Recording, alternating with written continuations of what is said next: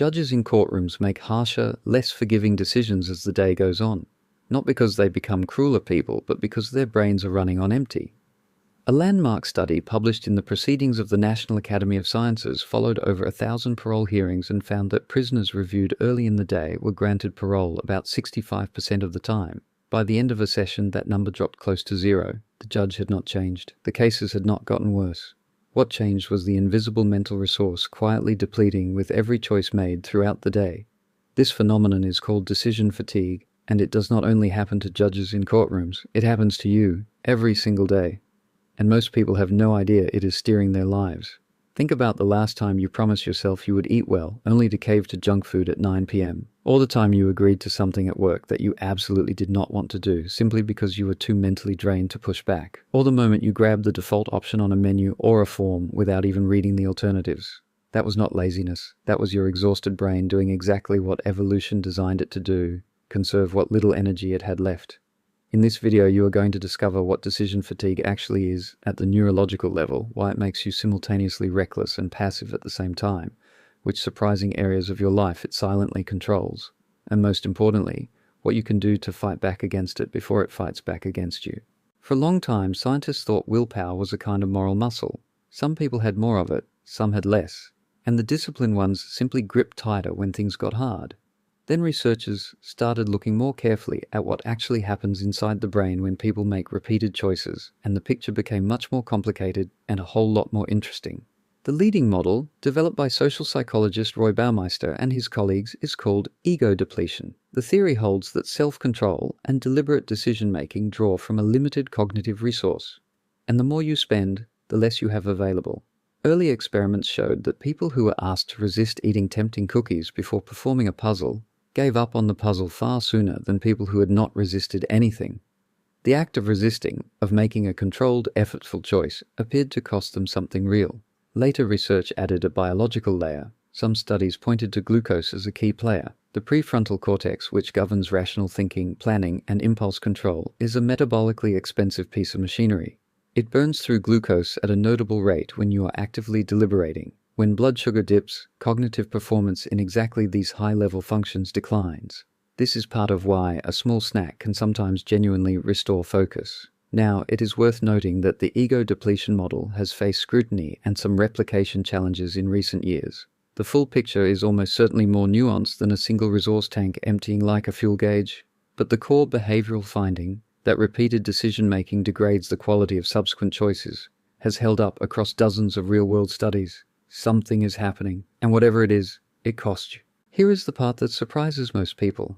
Decision fatigue does not just make you tired. It does not send you in one predictable direction. Instead, it pushes you toward two completely opposite failure modes depending on the situation, and it alternates between them in ways that feel completely invisible from the inside. The first failure mode is impulsivity.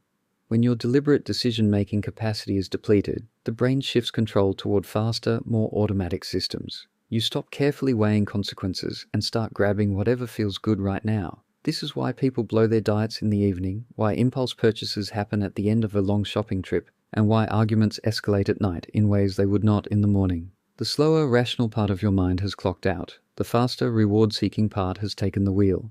The second failure mode is the opposite: complete avoidance. Rather than making a bad choice, the fatigued brain makes no choice at all. It defaults. It selects whatever the pre-selected option is. It says yes to everything just to stop the process. It picks the middle option on a list without reading any of them.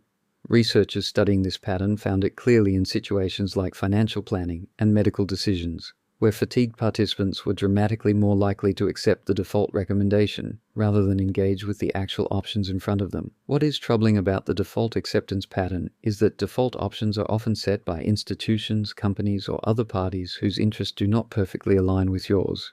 Opting out of organ donation, staying in a high-fee investment fund, keeping an auto-renewing subscription you forgot about, these are the quiet costs of a brain that has simply had enough. You might be thinking that this applies mainly to big, obvious life choices, career decisions, financial planning, major relationship conversations. And yes, decision fatigue absolutely degrades those. But the more invisible and damaging effect is on the small decisions you do not even register as decisions. Every time you check your email and decide whether to respond, archive, or ignore, that is a decision. Every time you glance at your phone and choose whether to open an app, that is a decision. Every time you look at a calendar invite, a Slack message, a notification badge, you are spending from the same pool. Modern life has engineered an environment of relentless micro-decisions at a scale no previous generation experienced, and our brains were not built for it. Research in healthcare settings has documented some of the starkest consequences. A study examining physician prescribing behavior found that doctors were significantly more likely to prescribe antibiotics, even when guidelines suggested it was not necessary, later in their shifts. The path of least resistance, which is writing the prescription to end a conversation, became more appealing as cognitive resources depleted. In the workplace, studies on hiring decisions have shown that candidates interviewed later in the day receive lower evaluations, controlling for all other variables. Your chance of getting a job offer can literally depend on whether you're the third person interviewed or the 12th, and in personal relationships the damage can be subtle but accumulative. The partner who absorbs the most criticism at home is often simply the one who appears at the end of a day when everything else has already been decided, not because they deserve it, but because the filter is gone. The good news is that once you understand decision fatigue, you can start designing your life around it rather than being dragged along by it. The most powerful strategy is front-loading. Place your most important, most consequential decisions at the beginning of your day, before the drain begins. If you need to have a hard conversation, start it in the morning. If you have a critical work project that requires focused judgment, protect your first hours ruthlessly and do not let email or social media spend them for you. The second strategy is simplification through pre-commitment. This is exactly what Barack Obama described when he spoke about wearing only grey or blue suits during his presidency, not because he lacked opinions on clothing, but because he had recognized that every trivial decision subtracted from the pool available for decisions that actually mattered. You can apply this to meal planning, your morning routine, your weekly schedule. Reduce the number of open questions you carry into each day, and you protect cognitive bandwidth for the choices worth spending it on. The third strategy is strategic restoration. Breaks genuinely help, not just because they feel good, but because they allow the brain to recover some of its deliberative capacity. A short walk, a meal, even a few minutes away from active choosing can meaningfully restore function. The glucose research, despite its nuances, does suggest that physical nourishment matters too. Fourth, become suspicious of your own late-day decisions. Build in a personal rule that major choices made after a long day get a sleep-on-it delay. Your morning self will nearly always make a wiser call. Your brain is not broken, it is just tired, and now you know how to work with it instead of against it. If this video helped you understand yourself a little better, please give it a like and subscribe. There is a lot more science of the mind waiting for you here, and it only gets more fascinating.